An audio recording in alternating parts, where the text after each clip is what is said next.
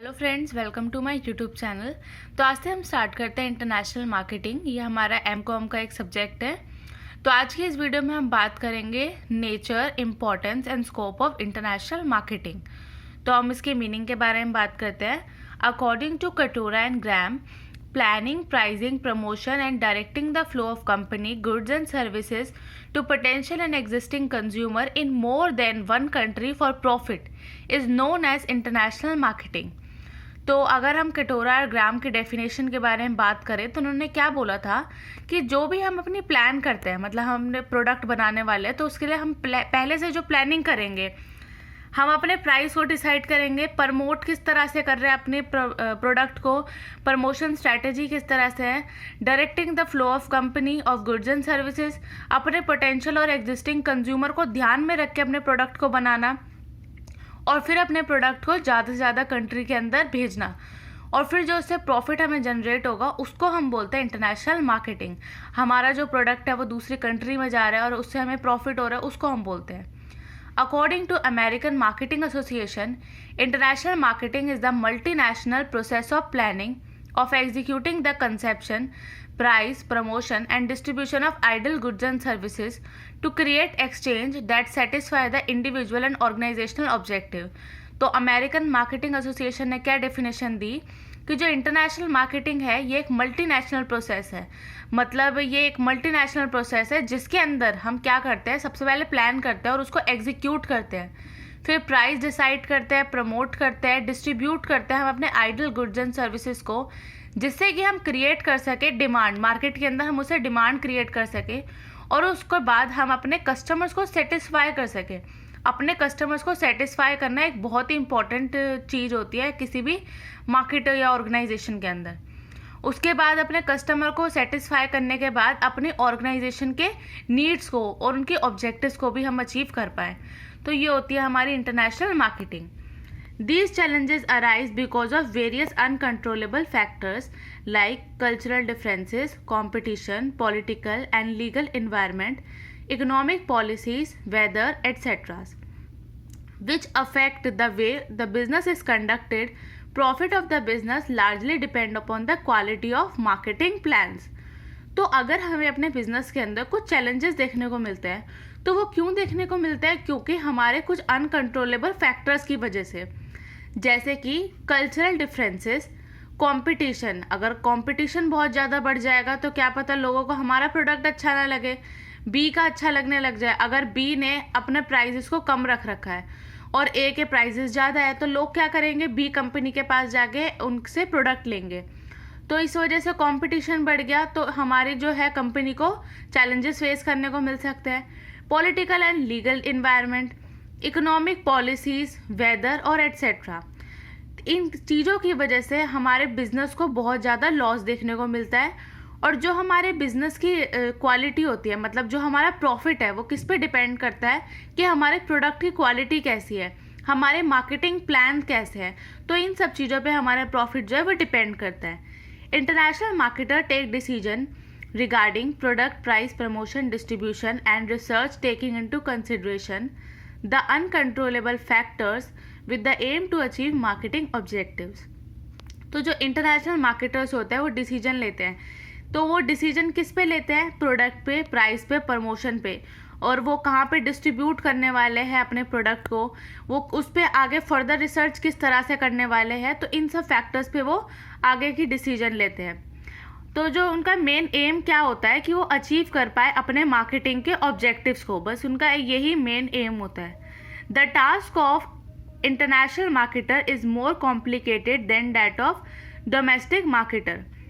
At least one more level of uncertainty is added because of being operated in more than one country। तो जो इनका task होता है international marketer का, जो होता है वो ज़्यादा कॉम्प्लिकेटेड होता है, मतलब वो ज़्यादा उनको चैलेंजेस फेस करने पड़ते हैं as compare to domestic marketer. क्योंकि इनको ऐसा इसलिए होता है, इनके पास ज़्यादा अनसर्टेनिटी होती है। लोगों को अगर इनका प्राइस अच्छे नहीं लगेंगे तो लोग जल्दी से स्विच कर जाते हैं, अपने प्रोडक्ट को चेंज कर देते हैं। तो इस वजह से इनको ज़्यादा रिस्क ये लोग देखने को मिलती है as compare to domestic marketers. अब इसके हम नेचर के बारे में बात करते हैं। नेचर के अंदर हम सबसे पहले देखते हैं इंटरनेशनल मार्केटिंग। अब इंटरनेशनल मार्केटिंग हमारा ये ज़्यादा से ज़्यादा डायनामिक होता है और ये कॉम्प्लेक्स हमारा फैक्टर है।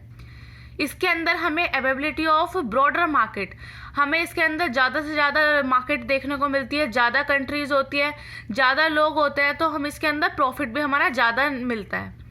एटलीस्ट 2 लेवल ऑफ अनसर्टेनिटी, इसके अंदर हमें मतलब डबल लेवल होता है अनसर्टेनिटी का, मतलब प्रोडक्ट अगर लोगों को अच्छा नहीं लगेगा तो जल्दी से स्विच कर देंगे। इंटेंस कंपटीशन बहुत होता है इंटरनेशनल मार्केटिंग के अंदर। Involve high risk and challenges, international marketing के अंदर बहुत ही ज़्यादा हाई रिस्क होती है और चैलेंजेस भी बहुत देखने को मिलते हैं। उसके बाद आता है offer a host of opportunities, in pay pass opportunities भी बहुत होती है इंटरनेशनल मार्केटिंग के अंदर। Importance of international marketing. According to Philip Kotler, that force that induce foreign marketing can be categorized into push and pull force. Push force are low in national income, low ranked demand, high tax, high price, operating cost, etc. Pull forces are on the other hand attract business to sell their product in the foreign market. These forces include lucrative opportunities like high demand, firms, product, higher product margin, lower cost of operation, etc. Both set of force, push and pull, invoke enterprises to go international. तो इसके अंदर importance के हमने 2 category के बारे में बात करा, एक होता है पुश फैक्टर और दूसरा होता है पुल फोर्स। तो पुश के अंदर क्या होता है, जब हम किसी पर्सन को पुश करते हैं कि तुम्हें इस प्रोडक्ट को लेना चाहिए, और पुल के अंदर होता है जब वो पर्सन खुद ही हमारे प्रोडक्ट को देख के खुद ही आता जाए। तो पुश के अंदर क्या होता है, इसके अंदर हमारा लो नेशनल इनकम देखने को मिलता है, हमारे जो प्रोडक्ट की डिमांड होती है वो भी बहुत कम होती है, और इसके अंदर हाई टैक्सेस होता है, हाई कॉस्ट होता है। पुल फैक्टर के अंदर हमें देखने को मिलता है कि लोग खुद ही अट्रैक्ट होते हैं हमारे बिजनेस के लिए। इसके अंदर हमें क्या मिलता है, हाई डिमांड होती है, फर्म के प्रोडक्ट की बहुत ही ज़्यादा डिमांड होती है, हाई प्रॉफिट मार्जिन, प्रॉफिट भी कंपनी को बहुत ही ज़्यादा अच्छा होता है, लो कॉस्ट ऑफ ऑपरेशन, जो हमारे ऑपरेट करने की कॉस्ट है वो भी बहुत कम आती है। इन दोनों फैक्टर्स की वजह से हम इंटरनेशनल मार्केटिंग के बारे में हम समझ सकते हैं।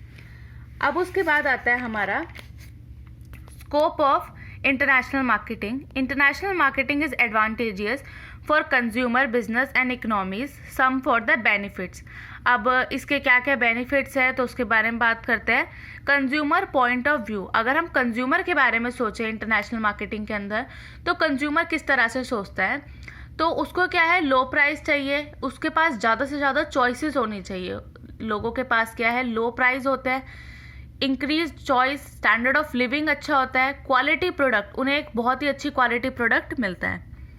Business point of view, business के बारे में सोचे कि मतलब एक इंटरनेशनल मार्केटिंग के अंदर एक बिजनेस किस तरह से सोचता है, वो क्या चाहता है बिजनेस की उनकी जो कॉस्ट है वो कम से कम आए और उनका जो प्रोडक्ट है वो ज़्यादा से ज़्यादा बिके। Export of surplus production, reduce business risk, उनकी जो बिजनेस रिस्क है वो बहुत ही ज़्यादा कम हो जाए। Increased PLC। और उसके बाद आता है economics point of view. Economics के पॉइंट ऑफ व्यू में क्या आता है, optimum utilisation of natural resources, जो हमारे नेचुरल रिसोर्सेज है उसका ज़्यादा से ज़्यादा यूटिलाइजेशन हो।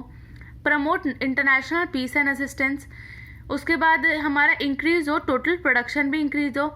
डेवलपमेंट ऑफ नेशंस, हमारे नेशन की भी डेवलपमेंट हो। अब इसके स्कोप के बारे में बात करते हैं। नो डायरेक्ट फॉरेन मार्केटिंग, तो इसके अंदर कोई डायरेक्ट फॉरेन मार्केटिंग नहीं होता।